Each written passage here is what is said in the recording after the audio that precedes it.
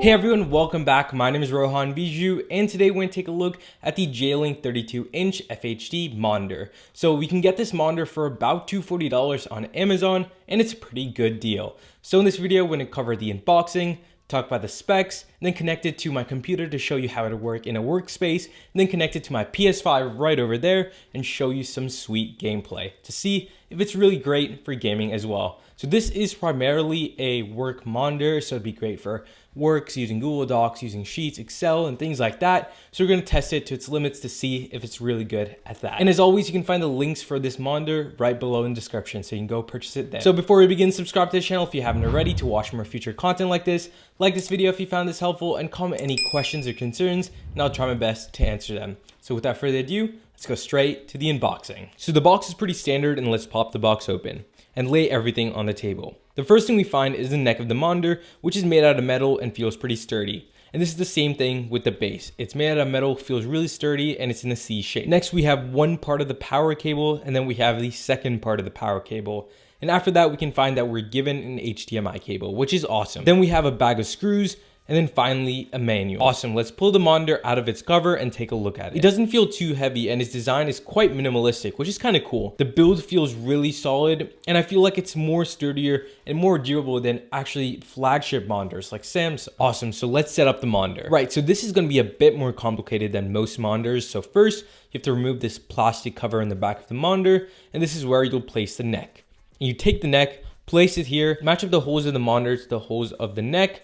Then you grab the bag of screws you have and start screwing each hole until it's tight. And then you place back the plastic cover. And the next step is to take the C-shaped base, line it up to the bottom of the neck, screw it until it doesn't feel wobbly. Then you place the monitor upright and you should be all set. Let's plug the monitor into power and connect it to my PS5. Awesome, so now let's move on to specs. Awesome, so let's first touch upon some physical specs themselves.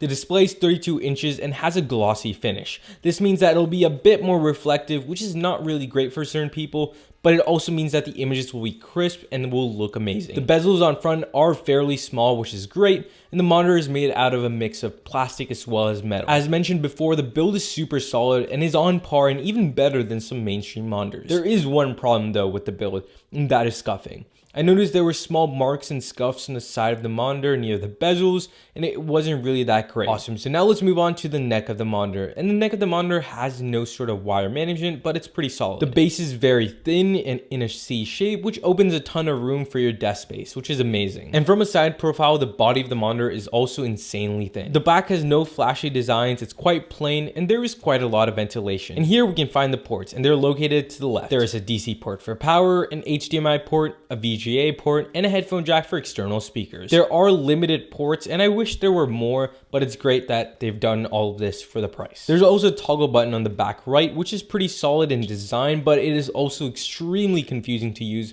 with the current UI. I'll talk about this a bit more later on. The ergonomics of this monitor are decent. You can tilt the monitor 15 degrees backwards and 5 degrees forwards. Also, the monitor is advertised as wall mountable, but I really didn't find an option online to see something that would work for this monitor. Its design is sort of weird where the mount is at the bottom of the monitor and the size doesn't really match any of the VESA mounts I've seen, so I'm not really sure. And from my point of view, it really isn't wall mountable. So that pretty much covers all of the physical specs. And the final score I'd give for physical specs is an 85 out of 100. Awesome, so now let's move on to the display and internal specs. So the monitor has a 32-inch LCD display with a VA panel and has a max resolution of 1080p at 60 Hz. The VA panel is great for a great contrast ratio as well as viewing angles, but falls short in terms of response time. So if you are a professional gamer, this monitor might not really be the right fit for you. Instead, you should look more at IPS panels, and I do have a couple of videos on that, and you can hit the iCard above. The aspect ratio of the monitor is 16:9 and the contrast ratio is 4000:1. The monitor supports HDR, the brightness is 300 candela per square meter, the monitor can display about 16.7 million colors and covers 104% of the Adobe RGB color gamut. So this means that you can get some of that punchiness of the color and see some crisp images. The monitor also includes some eye-saving modes like low blue light settings. The monitor also includes FreeSync Premium so they can get some tear-free gameplay if you do want to use this monitor for gaming. So that was pretty much it for internal specs. So the score I would give the internal specs specifically for work is 90 out of 100, and the internal specs for gaming, I would give it an 80. Awesome, so now let's run through the UI and show you what's not that great. So the UI is probably the worst I've seen yet on a monitor, when you are trying to select a setting, it only changes the text color to red and there's no indication that you chose that setting, and it's really hard to see sometimes, and sometimes annoys me. It's very intuitive and very hard to navigate, but I'll give you a rundown of the UI itself. Awesome, so the first tab is luminance. So here you can find the brightness, contrast, eco mode, DCR, overdrive, as well as HDR. For the PS5 specifically, without HDR, it looks really bad and looks really bland. But if you turn on HDR, it's phenomenal. The next tab is image setup, where you can find the settings to change the size of the display digitally by changing the aspect ratio